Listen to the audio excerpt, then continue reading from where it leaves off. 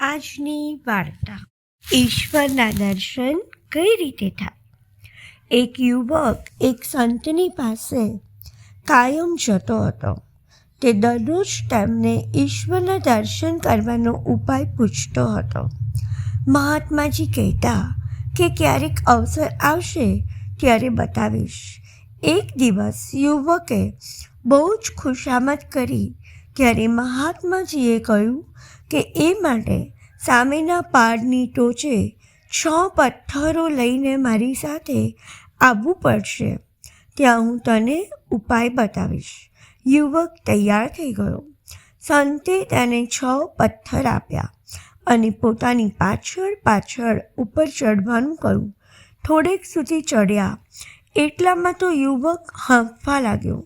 તેણે મહાત્માને કહ્યું કે મહારાજ, બોજો બહુ જ છે. આટલો બધો ભાર લઈને મારાથી ઉપર નહીં ચડાય. સંતે એક પથ્થર ફેંકાવી દીધો. આ ક્રમ ચાલુ જ રહ્યો. શિષ્ય થોડુંક ચડતા થાકી જતો અને સંત એક એક પથ્થર ફેંકાવતા ગયા. જ્યારે બધા જ પથ્થર ફેંકી દીધા ત્યારે યુવક ટોચે પહોંચી શક્યો.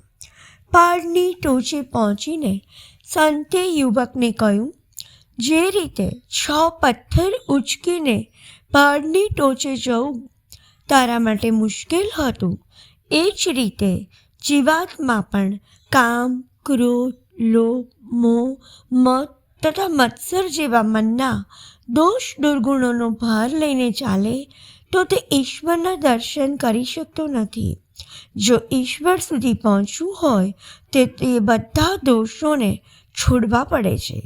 જે દિવસે તે દોષ દુર્ગુણો દૂર થઈ જશે તે દિવસે માણસ પોતાની જાતે જ સત, ચિત્ત તથા આનંદનો અનુભવ કરી શકશે.